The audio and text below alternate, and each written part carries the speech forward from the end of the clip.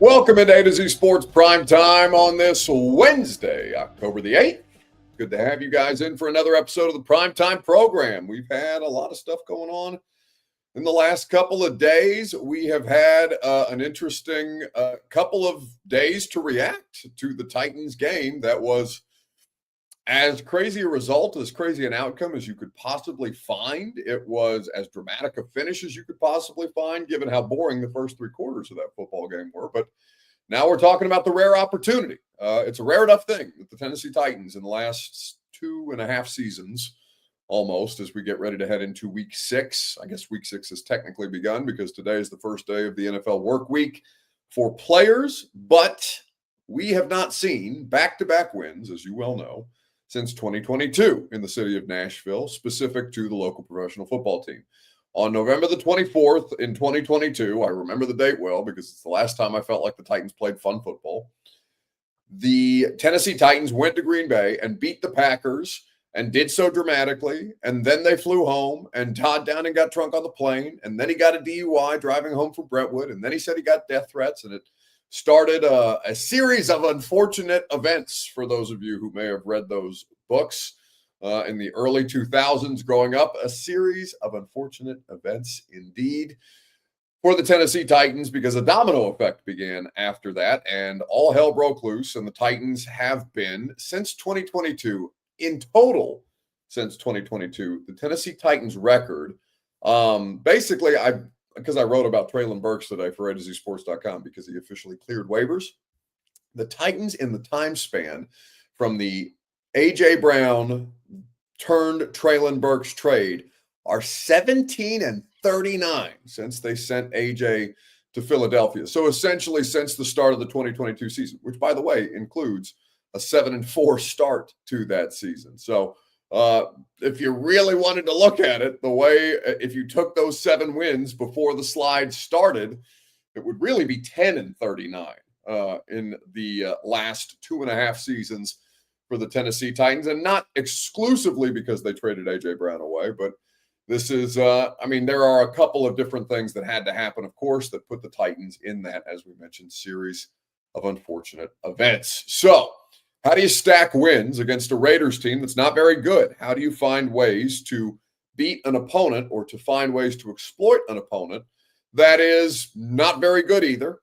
They may do some things better than you. You may do some things better than them at this point in time. I think the Titans and their special teams group is legitimately a plus. We'll see what happens with the kicking situation. They did bring in a new field goal kicker, well, a familiar field goal kicker, but a new to this year's roster field goal kicker in Matthew Wright, who was added to the practice squad today. So Joey Sly a bit on notice there.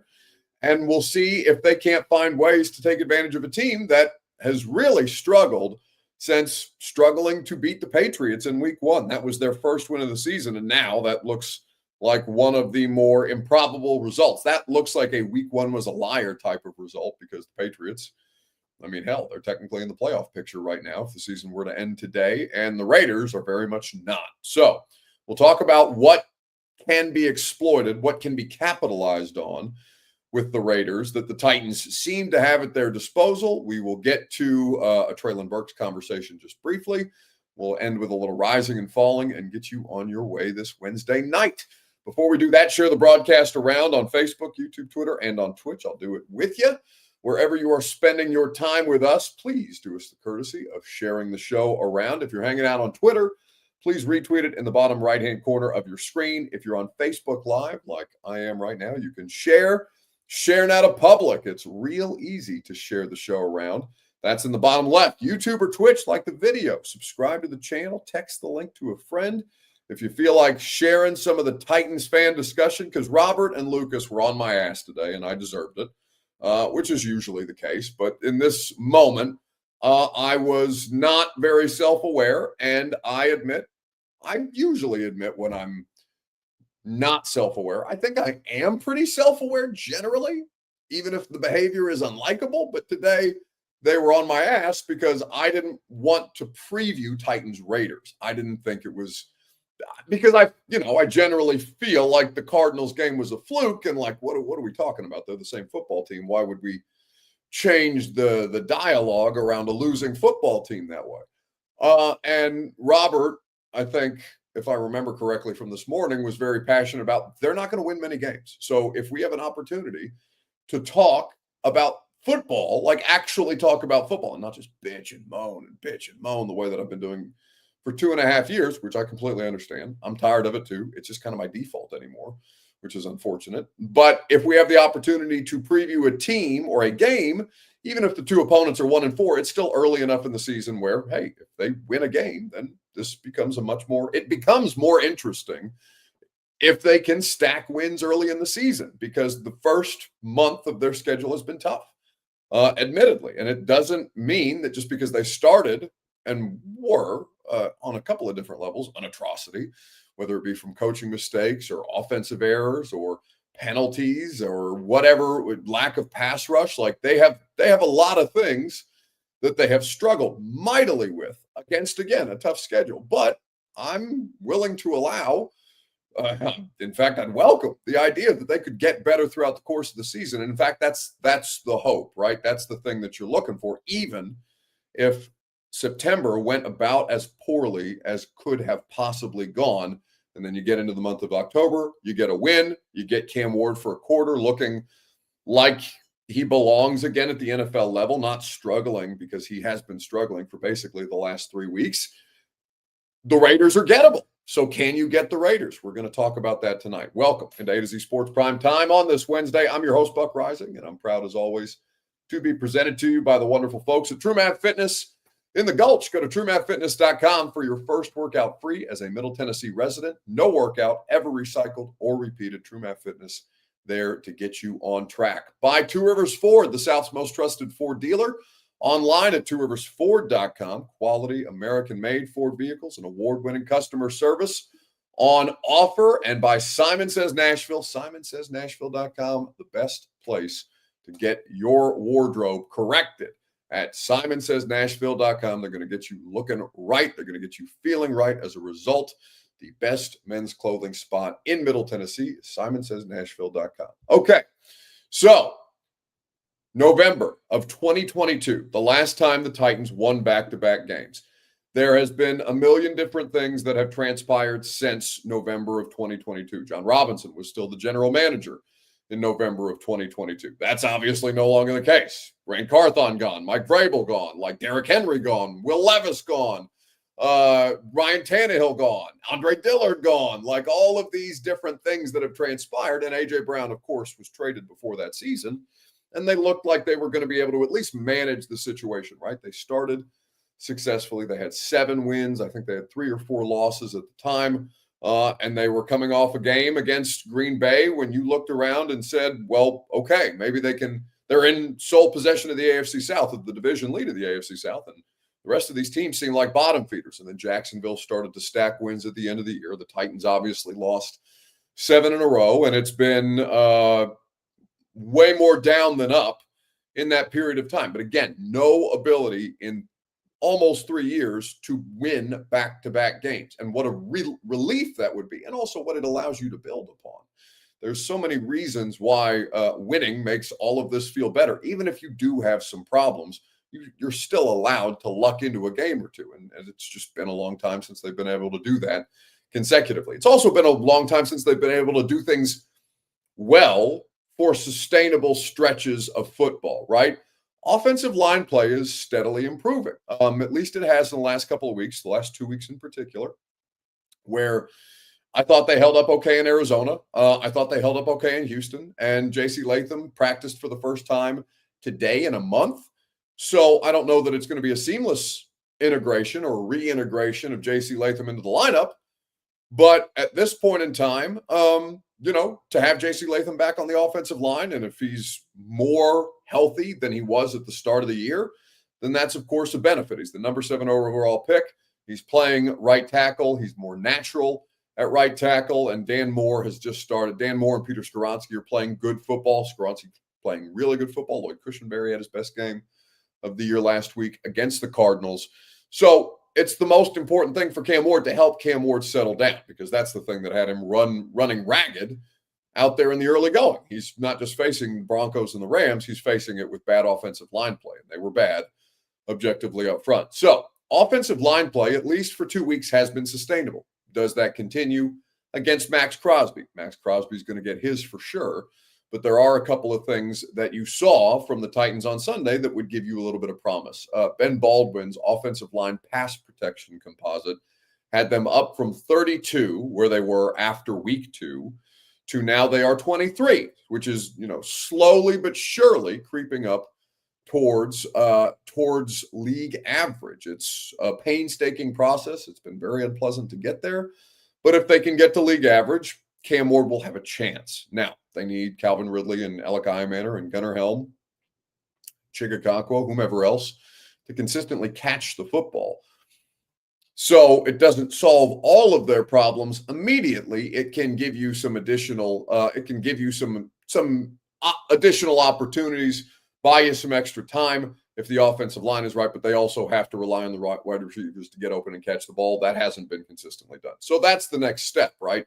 Calvin Ridley made such a huge difference for Cam Ward in this past game.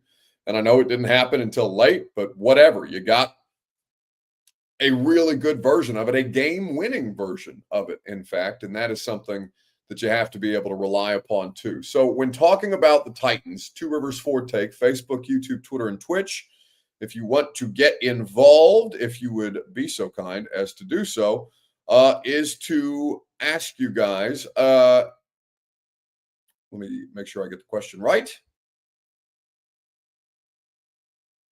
Which Raiders flaw do the Titans need to capitalize on most? That's the question that we're going to ask you. Sorry, it took me a minute to find my question. Here in just a second, right after I remind you that your Two Rivers Ford Take is made possible by Two Rivers Ford, the South's most trusted Ford dealer. You get real deals at Two Rivers Ford. They're not going to upcharge you. They're not going to add a bunch of stuff on, sell you one price and then give you another when you finally get your bill for your new vehicle. Two Rivers Ford does business with honesty and integrity. There are a lot of other dealerships that will tack on extra stuff after you go through the car buying process, and you will leave with an entirely different price point than you thought you were getting. That's a terrible experience. You feel backed into a corner. You feel pressure. That's why Two Rivers Ford is the best, because their non-commissioned sales staff is there specifically to not put pressure on you, to make the car buying experience enjoyable. Go to Two Rivers Ford in Mount Juliet or online at tworiversford.com for more details today. All right. So as you talk about the things that are sustainable on the Titans offensive line, and as you look at the things that the Raiders don't do well, what can you capitalize on that will help? Let's see. I don't know what that second word is, Ken, but he says the defensive line, if we can get ahead of the sticks, we can win this game. Talking about holding up against this defensive line, well, again, Max Crosby is excellent. Max Crosby is relentless, but he's really doing it by himself. I know Robert said that Adam Butler is one of their defensive linemen. There's not too many Raiders defensive linemen that you could name.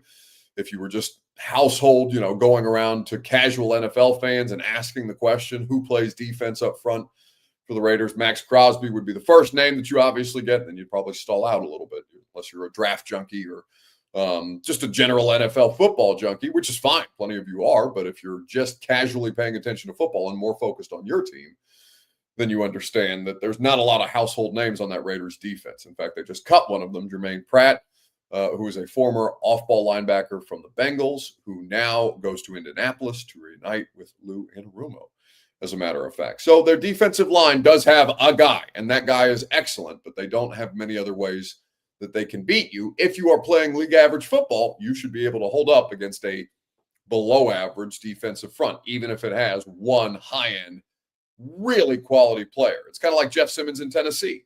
They are both relentless that way. Jeff is playing much higher level football than Max Crosby is right now, but it doesn't mean that Max Crosby is a slouch. It doesn't mean that he can't get right against you. So yes, to stay ahead of the sticks is critical. That would also require you to run the football.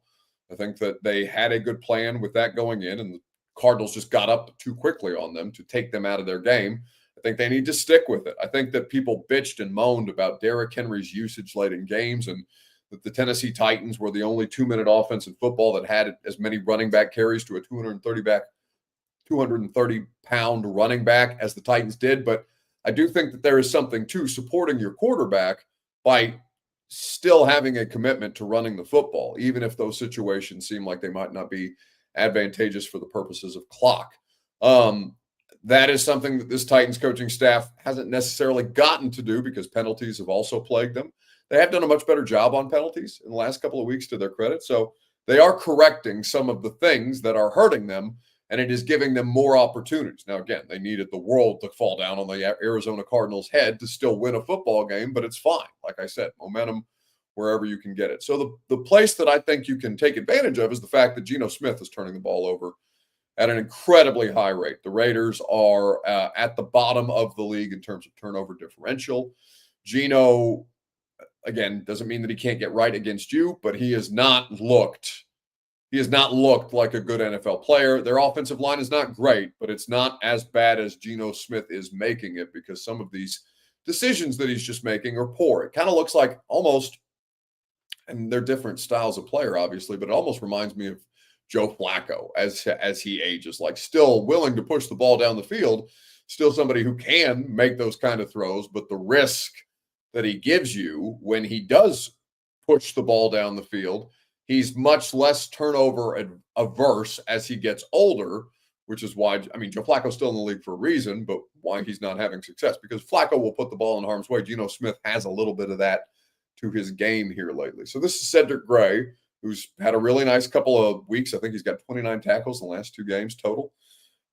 This is Cedric Gray talking about the opportunity to go up against Ashton Jeanty and to capitalize on turnovers against the Raiders.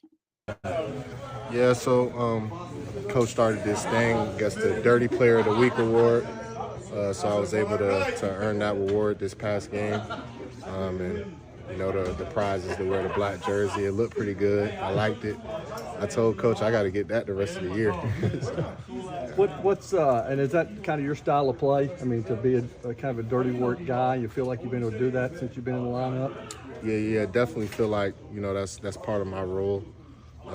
As a linebacker, you know, you got to kind of have to do the dirty work in the middle of the defense, taking on blockers, being aggressive, hitting guys, helping out on special teams, just doing whatever I can, you know, to help the team win. Coach Frank likes to call linebackers first responders. So that's a good way to describe it, the dirty work right there. You guys get your first win of the year. I know you're not satisfied. What's the feeling like been this week? How do you guys keep that feeling going? Yeah, definitely felt great to get that first one. You know, we worked so hard throughout off-season camp and all that. So just to finally get one was definitely a good feeling. But like you said, we're not satisfied. You know, we're looking to build off of this and continue to get better and win some more games this year. What do you see from Jeanty when you watch him? Yeah, he's a great back. Has great contact balance. Very much a downhill runner. So, you know, we just got to find ways to slow him down, find ways to check his feet, keep him from getting downhill so fast. So definitely got to find ways to penetrate and just keep him from getting downhill. Geno Smith has had a lot of success in the NFL this year, turning the ball over at a pretty frequent rate. How important is it to be able to capitalize on those opportunities if they present themselves? Right. Definitely gotta find ways to extract the ball. I think I seen something today that, you know, they're 30th in the league in the turnover margin, so we definitely have to find ways to capitalize off of that. As a defense, to get the ball back to our offense, give them some shorter fields, to get some easier points, play some complementary football defensively and offensively. So that's Cedric Gray in the locker room today, and he's, you know, early returns is what's you're excited about potential and looking for young pieces, young promising pieces that can give you the bones of a good defense moving forward. I think that for Cedric Gray in particular, how they manage that run game, the Raiders are really struggling as an offensive line unit to run the ball in particular. Ashton Jeanty can make plays, but again, you know, the best running back in the world, Derrick Henry. Derrick had 1,000 yards behind one of the shittiest offensive lines you've ever seen, but Derrick Henry is singular and Ashton Jeanty just got here. Like, it took Derrick a couple of years to turn into the spectacular player that he ended up becoming throughout the course of his career. And if you'd put Derrick Henry in a similar situation as a rookie, he'd struggle too. So the Raiders are not playing complementary football right now. They're struggling in basically every phase of the game, and their quarterback is actively hurting them is not the right way to categorize it, but their quarterback is putting them in disadvantageous positions far more frequently than Cam Ward is. Now, Geno Smith technically grades out as a better quarterback than Cam Ward does. But the thing that Cam is doing better right now is he's not turning the ball over at an enormous rate. It doesn't mean that he's played perfectly clean football. Obviously, he threw an interception that turned into a touchdown last week. Fluky, whatever, you got it, you'll take it. I understand it, but he still threw an interception on a tip pass, and tip passes are something to watch with Cam Ward in particular. That was something that popped up a lot during training camp. He has been strip sacked because he tries to extend plays, and his offensive line in the early going has not helped him. But again, because the protection is cleaned up a little bit, it has cut down on some of those circumstances. So this is going to be an interesting game between two teams that really, really need it. You can be 2-4 and still climb your way out of things. I mean, hell, I saw a Tennessee Titans team at 2-4 do exactly that because of Derrick Henry, because of Ryan Tannehill mostly, but in large part due to Derrick Henry. So you don't rule anything out. I thought they were dead in the water at 2-4 in 2019. It was at the time in Denver the worst football game I've ever seen played. I think Houston 26-0 may top that. It's pretty close though. That Denver game was awful. But you know what? Denver, at least Tannehill, when he came in, he started moving the ball a little bit more. CJ is picking the score: Titans 24, Raiders 14. I don't think they're 10 points better than anybody. I mean, they begged and pleaded. And listen, they can improve, right? We will always allow for improvement, but we can also take into account their first 5 games. And I mean, the Cardinals begged and pleaded them at every turn to take advantage of that game, and it took them forever to finally do it. Like, it took the Cardinals completely malfunctioning. They're not, and even then, like the Cardinals, I think we were talking about this in the press room today, or it wouldn't have been yesterday, today. Nick Suss said something to the effect like the Raiders essentially gifted the Titans 17 points, and the Titans won that game by 1 point, right? So you still have to acknowledge that the Titans have severe limitations relative to, again, league average NFL teams. They did not win the Cardinals game as much as the Cardinals shit themselves. Like we've talked about this, and that's fine. Like, you take it. Thank God for them that they took advantage of it when it happened, and maybe they can turn it into something else. I'm allowing for the possibility of both, but given 17 points and winning that game by 1 point, essentially, it shows you that they still have a great many flaws to work through. So I don't think that the Raiders are worse than the Titans.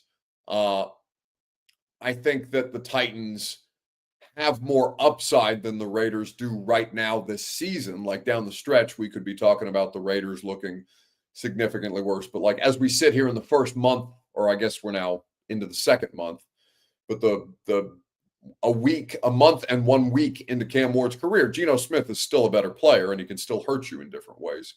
Cam Ward is still working through that process, and you don't want to be the get right game for one of these teams. MB says every game is like that. One team feels like they gave the game away. The other team feels like they took the game away. I would argue that, yeah, more often than not, MB, you would be right, but the Titans have not been that. It would be a positive development for the Titans to be in a one-score game where 1 or 2 mistakes are the thing that killed them, not an avalanche of mistakes the way that they make. So can they clean up, if they can clean up half of their issues through this first month and incrementally improve, they still may lose, but they may lose close games and make you feel better about their progress. Like, I'm not saying that you should have to settle for moral victory, but I'm saying that playing in closer games and at least being on the precipice of giving yourself a chance that way, where 1 or 2 plays actually did decide the outcome of the game, then that would be progress from you just getting your shit kicked in every time you took the field, because it has felt like that. I mean, hell, it felt like that for 3 quarters against the Raiders, right? Like, that didn't change they didn't play a complete game from start to finish. Now, Philadelphia probably feels like they were in a similar position as Arizona. They didn't do as many dumb things as Arizona did, but they were as responsible. And Bo Nix made some good plays in that game, to his credit. But Denver went in and made Philadelphia, or cost Philadelphia, a huge opportunity to stay undefeated through 5 weeks. Buffalo, I thought, played a cleaner game. In fact, the Patriots were very heavily penalized in that Sunday night football game. And New England still found a way to win. Now there's exceptions to every rule. No two games are really created equal this way, but just sticking on common themes. You still have in the last 2 seasons, MB, I think this is, it's quantifiable. When you look at the margin of defeat, the average number of points that teams like the Titans are being outscored in the fourth quarter, the have-nots are still well below the haves, though I think the haves at the top are a little more scattered. And I think we've had a good deal of disruption this year where Indianapolis has come out of nowhere and really shaken things up. Jacksonville has come out of nowhere and really shaken things up. The Titans are not in that position yet, but that doesn't mean that they can't still have valuable growth opportunities. It would be huge for them to win back-to-back games, though. It would make a huge difference. And I don't think the Raiders are appreciably better, but I think that they end up having the better quarterback. So as right now, Geno Smith is obviously on the downside of his career. Cam Ward just got his career started. But on what do they play? October the 12th? The Raiders will probably still have the better quarterback. So as we talk about a variety of different things, one significant news item did come out today, and that is that Treylon Burks was Treylon Burks was waived yesterday, cleared IR, and then waived. So the waiver claim process takes place for players that are still on their rookie contracts, and nobody claimed Treylon Burks. So Treylon Burks cleared waivers today at 4 p.m. Eastern and became an unrestricted free agent. The question that I'm going to ask you guys is this on Facebook, YouTube, Twitter, and on Twitch in the comment section. What is your level of relief on a scale of 1 to 10 that Treylon Burks is gone? Let me know in the comment section. We'll talk about it together right after I remind you that the Primetime program is made possible by Simon Says Nashville, where you go to dress better. You go there to enjoy the shopping experience. If you're like me, maybe you've spent your entire life, you don't like shopping, but you like buying things. Simon Says will make sure that you enjoy the experience because the experience will be specific to you. It is an awesome spot. So many cool and different items that you won't find anywhere else, certainly not online. SimonSaysNashville.com is where you go to learn more about their shop, to go find them in Wedgwood, Houston, and to go pick out your next outfit today. You're going to impress the hell out of people in your new clothes from SimonSaysNashville.com. All right. So as you look at the Treylon Burks situation, the experiment is finally over. He is an unrestricted free agent. Nobody has signed him yet, at least nobody that I saw. Nobody obviously claimed him on waivers, which is a significant development. I mean, he's a former first-round pick. You would think somebody, even Caleb Farley, Isaiah Wilson, got chances after they flamed out with the Titans for very different reasons. But what is your level of relief that Treylon Burks, on a scale of 1 to 10, is not on the roster? Jack Longley says he didn't play on YouTube. He says he didn't play. He sucked off the field, and the team still sucks on the field. It's like moving on from a relationship that was destined to fail. It's just better than staying in hell. Oh, my God. It seems dramatic.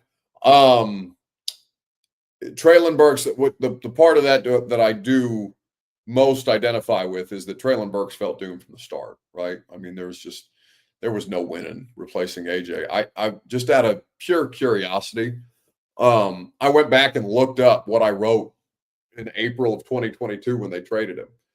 And I mean, it was just so obvious at the time, like this was before, I think, hell, did I put this article up before Treylon even got officially drafted? No, this was at the end of the night after the first round. It was a pretty long article. God, I used to write pretty well when I was primarily a writer. But it was just the title of the piece was Tennessee Titans Take the Greatest of Risks in Trading Away A.J. Brown. And this was before the season had started, before Treylon had asthma. This was after Mike Vrabel and John Robinson talked. It was an unholy mess. Traylon walked into a situation that he was never going to find. I mean, unless he was better than A.J. Brown, as good or better, he was never going to not, excuse the double negative, but he was always going to be in the shadow of A.J. Brown, right? And A.J. casts a huge shadow. Like, I understand that they're off to a slow start. I mean, slow start offensively. They're still 4-1, right? They just lost their first game in like 190 days as the defending Super Bowl champions, the Philadelphia Eagles. So nobody's crying tears, nobody's spilling tears for the Eagles and their version of a slow start, where the Titans are 1-4 and celebrating like they won the damn Super Bowl because they beat Arizona, and Arizona beat themselves, right? The standard is different. But AJ, since he got traded to Philadelphia, these numbers are horrendous. I mean, horrendously bad in favor of Philadelphia. AJ, whose availability was questioned by fans and media. There are plenty of media who are like, this guy, he's not playing in as many games as you would like him to. Got some knee concerns at the time. He was missing, I think he missed 13 games. Or I'm sorry, he didn't miss 13 games. He played in 13 games his final season here. But since then, there have been 56 possible games, including 5 this year, that almost every NFL team, some teams had a bye this week, but 56 possible games for A.J. Brown.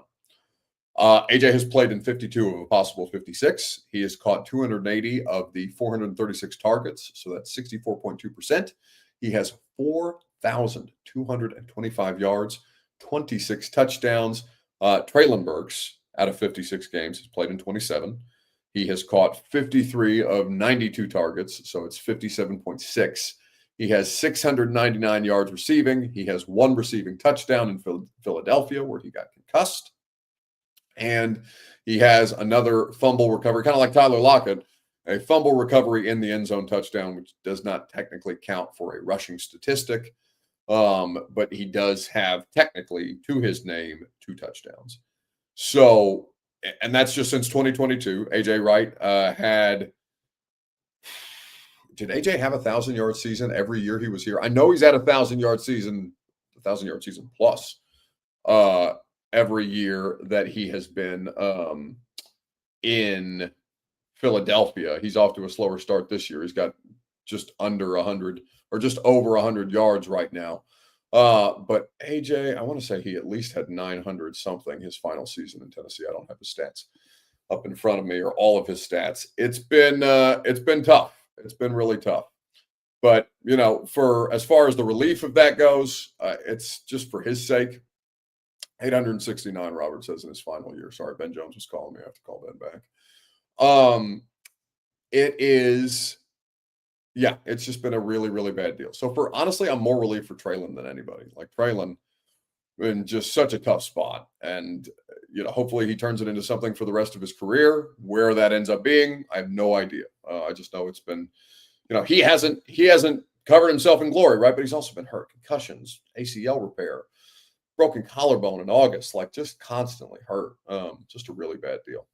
All right, rising and falling. Whose stock rose? Whose stock fell this week in sports? We're going to go quickly here.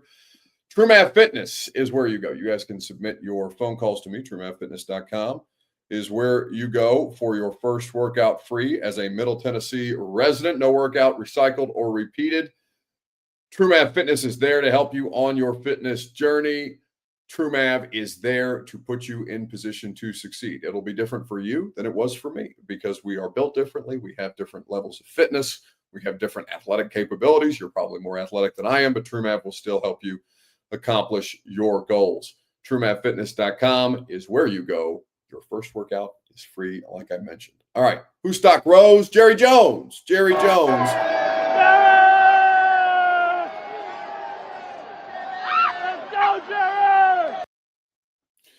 So you see Jerry Jones there flipping the bird to somebody who we assume is a Jets.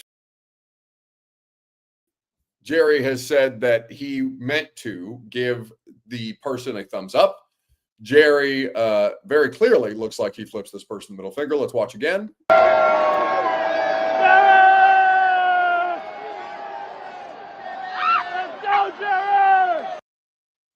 So he looks like, and I'm reenacting for entertainment purposes only, but he looks like he gives the bird and then points at the guy, little finger gun emoji. Now, Jerry said he meant he did a Dallas radio appearance here recently.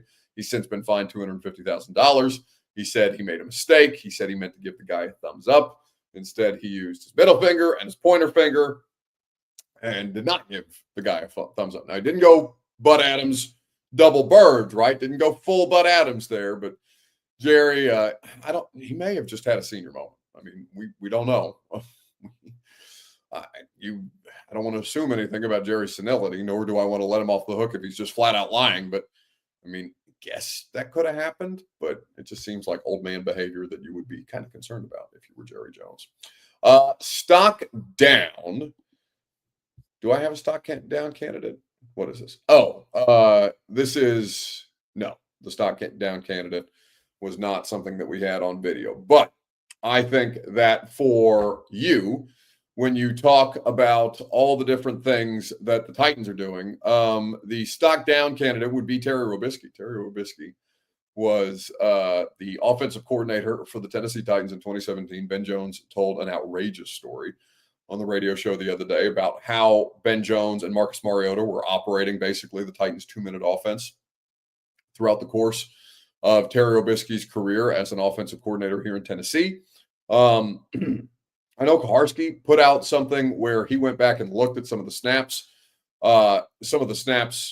via a data catalog, and Paul had reached out to me and said that those didn't necessarily match up. I know he talked to Ben about it, but Ben has just sent me a bunch of video clips of all the different situations where Ben is actually calling plays for that 2017 Titans offense, and doing so in the second half of the playoff game, which is outrageous. So stock down Terry Robiskie. I don't know if anybody was keeping track of Terry Robiskie stock in 2025, but not a great look for that particular Titans coaching staff. All right, that's going to do it for us this evening. Radio show tomorrow. Speaking of former Titans players, Nate Washington will be on the show, and we'll enjoy our time with him. Oh, stock down Mark Sanchez. Yeah, stock down Mark Sanchez. Tough scene. That was really, really bad. Major Key says, answer the phone for Ben. He wants to be a part of the Burks conversation. No, I don't think that Ben Jones has some good Isaiah Wilson stories, but we'll save that for another day on the radio show. Have a great rest of your evening. Come hang out with us at 10 a.m. tomorrow morning, and we will see you there. Go home! Go home! Go home! You're embarrassing Nashville! Go home!